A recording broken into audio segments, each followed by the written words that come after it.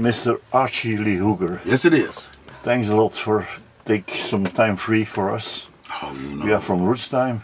Rootstein? In Belgium and Holland, a great internet site Oh, okay. for blues lovers. And we are very happy to do a little chat with you. Oh, no problem. Thank you again. Oh, you know, you're more than welcome. You're public.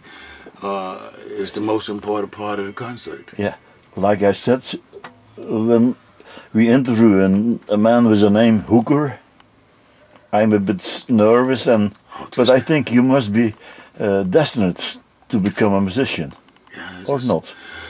Destiny to tell my life in music. Yeah, but does that name give you also enough profits or advantages, or? No, it don't. I have to. It don't give you. It opened doors. Yeah. But I had to keep the doors open on my own.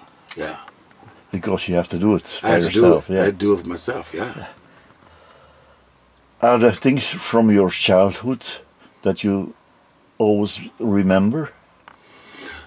How did you grow up, or in? Yes. You're from the Mississippi, I I'm from think. Mississippi. Yeah. Lambert, Mississippi. Yeah, Lambert. 17 miles from where John was born. Was born in the same area, and on a plantation. So a lot of my music is surrounded by my life, the things that I had to do, how I survived, being the only child and raised by my mother. Oh. Yeah, 'cause my father left, you know, when I was 3 years old. So my mother, you know, She raised you. She raised me, you know, so I learned a lot about life. When I named the year 1989, you were about 40 years old. 30 years? Yeah. Decent, yeah. In that year you moved to California. California. Yeah, Vallejo, California, with John. Yeah. And What was the reason, or why did you do that? In 1988, my mother deceased. Oh. And John had told me, said,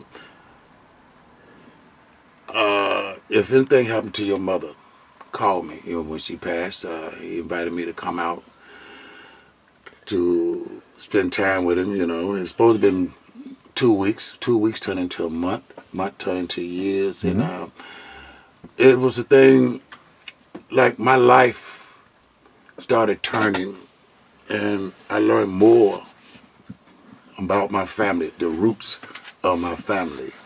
And he was passing on to me all the things that he didn't want said undone. He didn't want to be lost. So he started telling me about my grandmother, my grandfather, his sisters, and his brothers, you know, that I never met. Yeah, like you said, you went to your uncle. Yeah. John Lee. John Lee. The one and only. The one and only. The big one. Yeah. But did you went to him as a musician, or just to help him? I went to him as a nephew. Yeah, as a nephew. And to help. All of his children was married, and I wasn't married. So to help him, he said, "Oh, I need somebody to help me out." You know, so I know how to cook. I know how to take care of the house. So, and my uncle it was 33 years. At that time. At the time, since I seen him, it was 33 years. When you went to yeah. Los Altos. No, we was in Vallejo, California. Oh, he was in Vallejo. Then later on, okay. John moved every 2 years. Changed houses every 2 years. 2 years. Yeah. Los Altos was the last place that he lived was Los Altos Hills. At that time, he was already a big musician, or he was. He was in good spirit, good shape, because that we had just came off a tour, and at the studio he had recorded an album with me, and we still had shows on the books when he died. But you didn't play with him at that time. Yeah, I got lucky enough to be John's support act, opening up the concert for him, and closing the concert. To me, it was a blessing. Yeah, but like you said, there was a special bounce It was between a bond between us. you and John, it was a Mr. bond. John Lee Hooker. Yeah, it was a bond. He wasn't, I could say uncle, but he was more like a close friend. Can you tell us what made him such a special bluesman? He was worldwide known, and at this time, when you call somebody about John Lee Hooker, wow, they have respect and they know him. He sung a real blues. He sung about life. He always told me, life is the blues, and he never did change his style. No, I mean, it was like he sung about his life. The life, the way he came up, and you listen to his music. Sorry, but I try to do this. Okay, And sorry. Yeah. From 1940s, early 40s, John started, he came from gospel to blues, the transition. And he didn't change his style. No. He kept talking about the life that he lived and the life that many other people's lived. You know, when you listen to music, you always sing a song, but someone in the world is going through the same thing that you're going through. Even tonight, someone is going through the same thing that you're going through today. Someone recognized himself into this. That song, they know.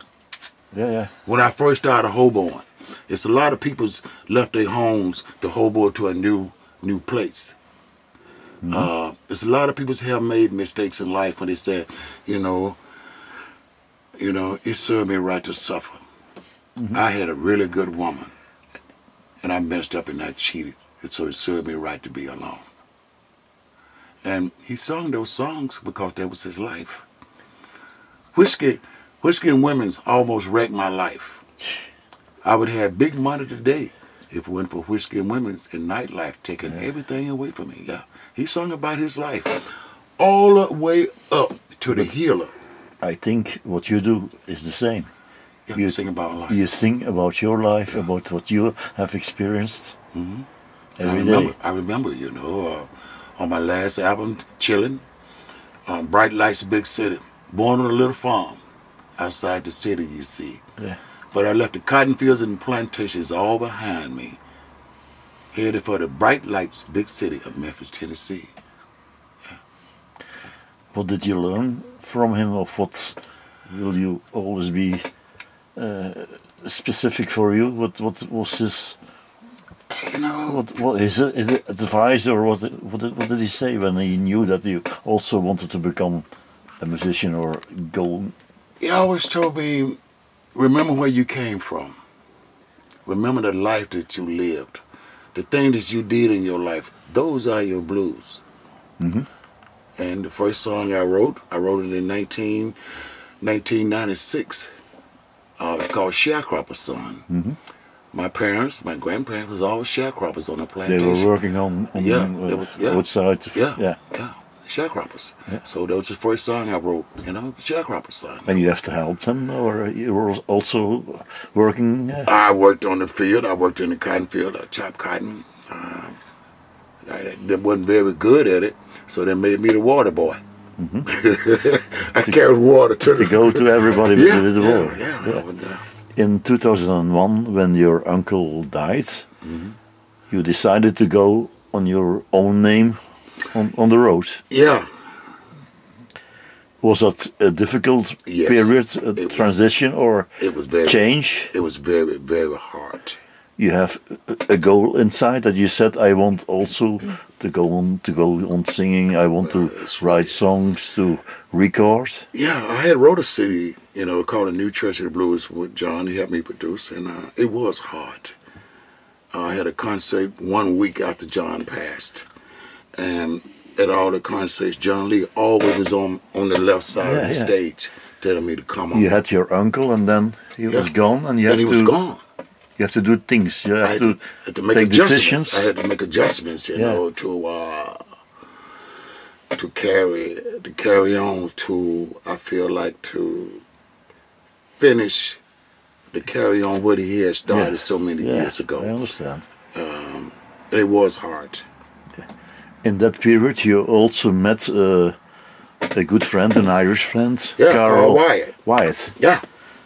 He called you his fifth band member. Yeah, yeah. And we still. What kind of guy? Why were you so close with him? Because basically we went through the same situations in life. And when did you meet? That was in. I met him in April 1995. Yeah. And he was a tour manager. He was a tour agency booking bands. And I went back in June 1996, and we recorded a CD called Suicide Blues together. I've heard that, yeah. And right now, we still live next door to each other. In Paris-Argonne, in France, we live next door. And we've still been friends all those years.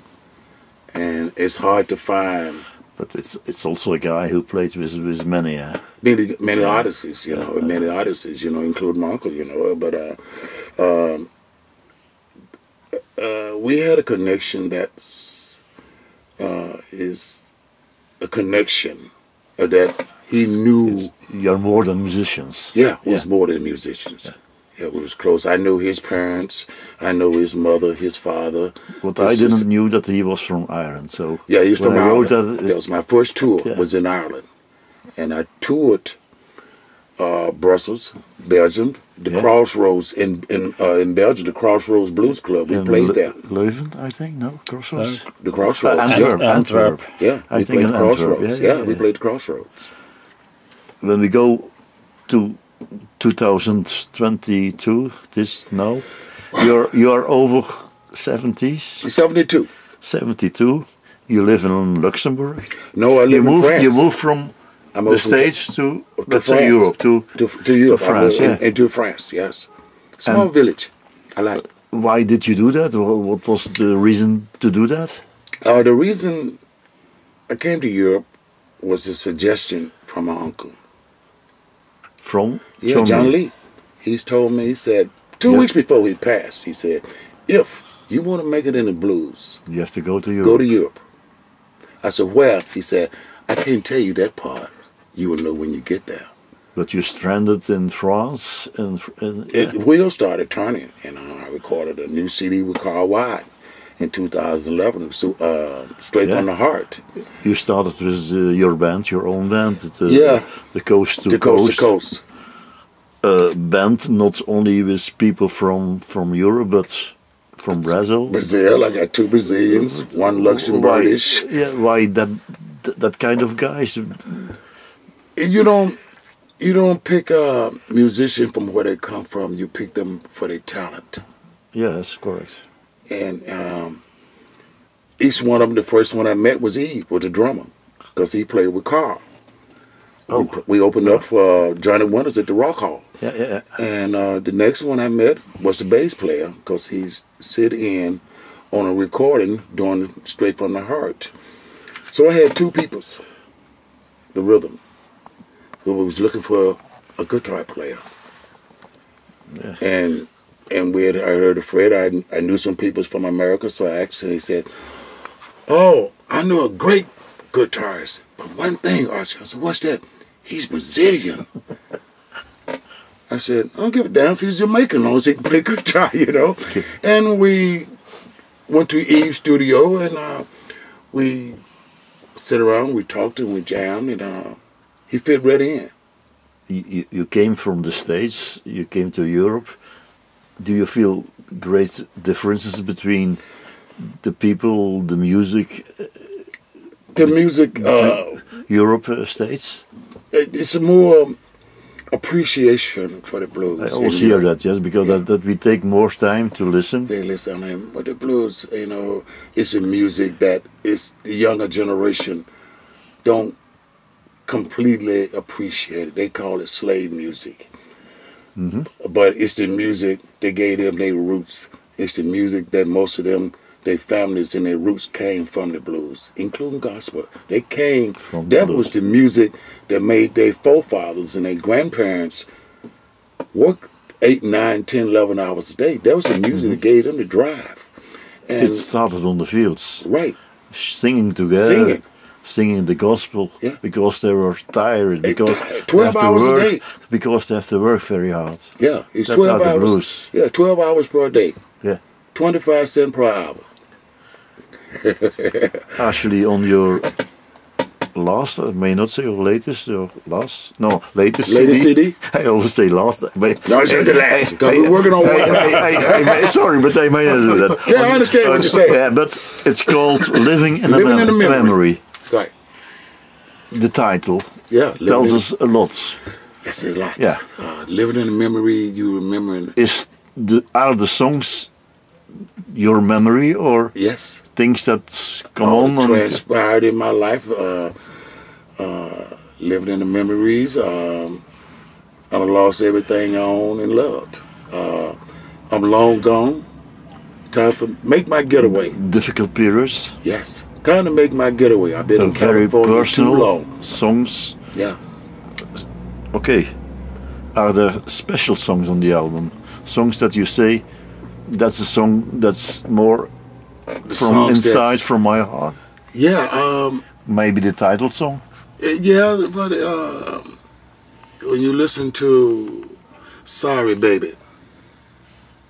Sorry Baby, when you tell that you feel sorry and about... It's a song about one of my cousins, Willie Hooker, and he wrote it for me, and he was sick with spinal problems in his spinal, but he didn't want to tell his wife because, you know, her career, he didn't want to tell her, I'm sorry, baby, you know, the doctor said I don't have long.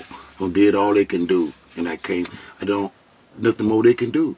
So he wrote that song, Sorry Baby, you know, and it's one of those songs that I take a very personal interest in all of them. Because each song on that CD is a piece of me. Long Gone, what you say, Nightmare Blues. Nightmare Blues is a cold day in '53. My father left my mother and me with no food to eat and no place to sleep. Like you said, you're now 72. Yeah. Are you still, I don't believe that, but do you often think when that's maybe my last CD? No. No. I'm working on the CD now. You just say, I go as long as I can. I go as long as I can, as far as I can go, because my life is just not starting. That's what I said. Yeah. My life is just not starting, you know, and it's a long way. It's a long road. Yeah. I have a great band. I mean, you have still a lot of things that you want to tell us about. Right. Yeah. Yeah. It's a lot of things. Share with us. Share with the world. Yeah. You know, music is something, is telling about your life. People will never know you and know a musician if he don't sing about the things that he done went through, the roads that he traveled, the journeys that he did, the ventures that he went through. Some of the things is not always sweet as sugar. Do you think that the people understand you? That you get the right reactions to get? Yes. You get feelings in between? Yes. I explain each song to the band and what they mean, and we put it in the right context. Okay. Where the fans can really understand and connect with the music. Yeah. I mean, it's good. I have some last questions to complete our chat, please, because you have to do a show later on. Oh, no problem. Yeah. At this moment, we are living in a very strange world. When I name the corona, the pandemic. I name Russia. Yeah. Great. What are your feelings at this moment? I feel sad. Yeah. I feel sad. Helpless. I think there's nothing I can do, you know. But I feel very sad. I never thought I would see another war. I came up in the Vietnam War, you know, then the Gulf War, you know, Iraq War, Then, you know, Afghan war, Yeah. you know, and now another war, and the world haven't got a chance to heal from the pandemic. That's correct. I was telling the band on the way down, I said, I never thought I would see it a day that the world stood still. I seen the film, the day the earth stood still, but see the world stand still. People couldn't go. Everybody wants to do something, but they can't. They can't. It's nothing. No. You know, it's nothing they can do. You know, except pray and ask for the best. Yeah. Actually, what are your plans for the near future, or what are you going to do the next months? Because you are now free to be back on the stage again. Yeah. In May. More recordings, or? I'm gonna go home. I haven't been home since 2018. I haven't been. Yeah, I haven't been.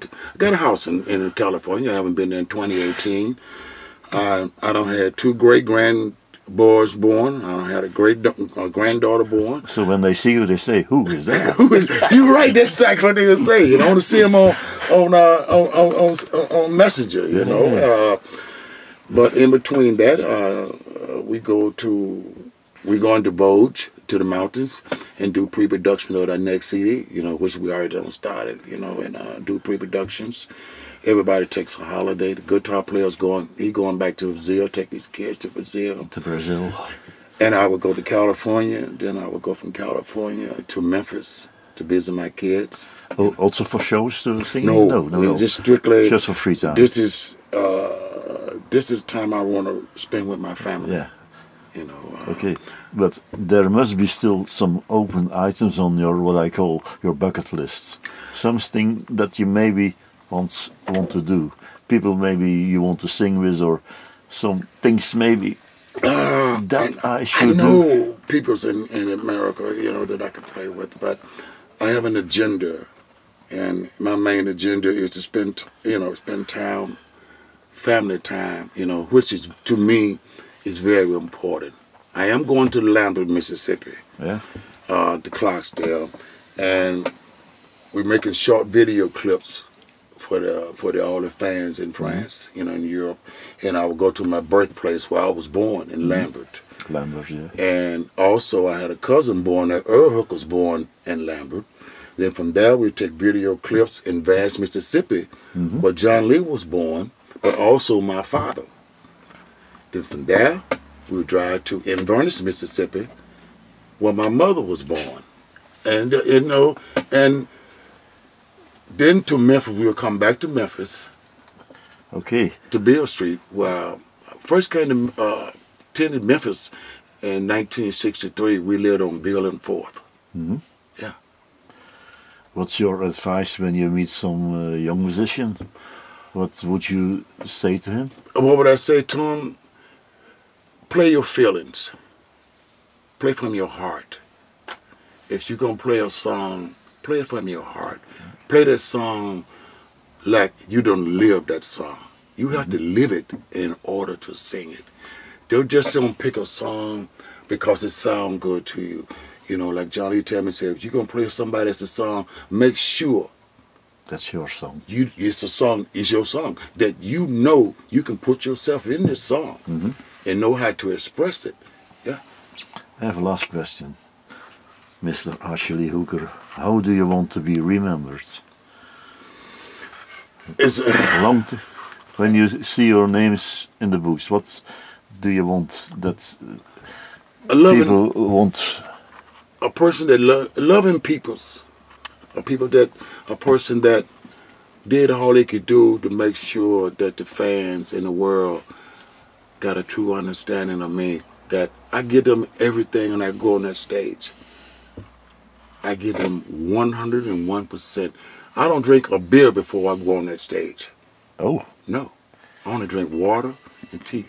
After the concert, I drink a beer. When I go on that stage, it's just strictly, it's just me. Then you know that we have in Belgium the best beers. I know you got good. I know you got good beer in Belgium because hotels and shoes and yeah, you know. I know you got a good beer in Belgium. But listen, talk to a lot of the old blues men, you know, with John Lee, like Albert Collins, B.B. King, Albert King, and Bonnie Raitt, you know, Buddy Guy, you know, and Van Morrison. I got a chance to associate with them, and they all said the same thing. Your throat don't know the difference between whiskey and water. No. It's in here. He said, we made a mistake because we made a mistake when we was young of drinking to kill the butterfly. He said, but the butterfly in the stomach, he said, but you can take water. It's all in your mind. Yeah, that's correct. He said, you think you're sounding good, but you're not, you know. And I took that advice very seriously. Mr. Archie, thanks a lot. Hey, no problem. That were my questions. I thank you again for your, what we call roots time. And I hope to see you soon again. Oh, you know, I ain't going nowhere. Thank you, man. You know, I'm going to try to get the world everything that they need.